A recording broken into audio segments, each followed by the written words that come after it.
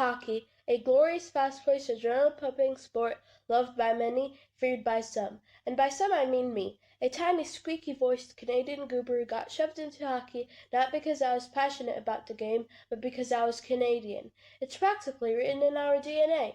Be polite, eat poutine at inappropriate times, and play hockey before you can walk. Seriously, I think my first steps were actually on ice. My back!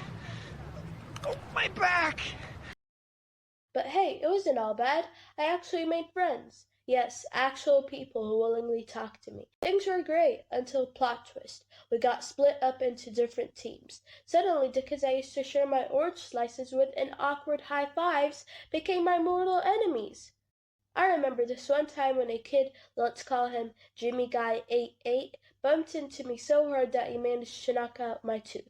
I remember crying and being in pain while he was handed a prize for winning the game. And I have one thing to say to him. Jimmy Guy 88, I hate you. Luckily, it was just a baby tooth that wouldn't have fallen out anyways.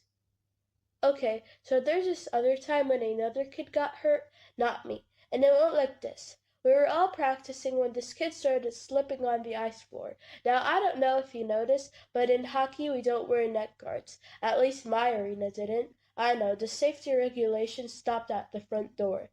Anyway, he kept slipping a few more times until he fell and landed right on his head.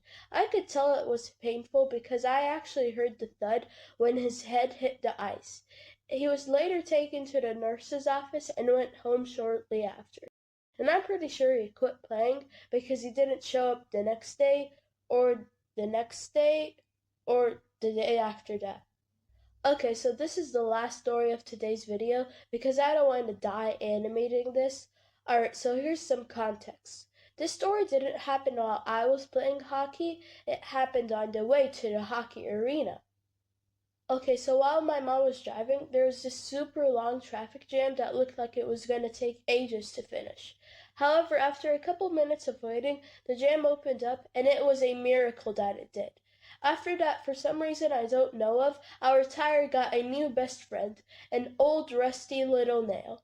But luckily we were driving a Jeep Wrangler which had a spare tire on its back, and after a long tiring journey, we then made it to the arena.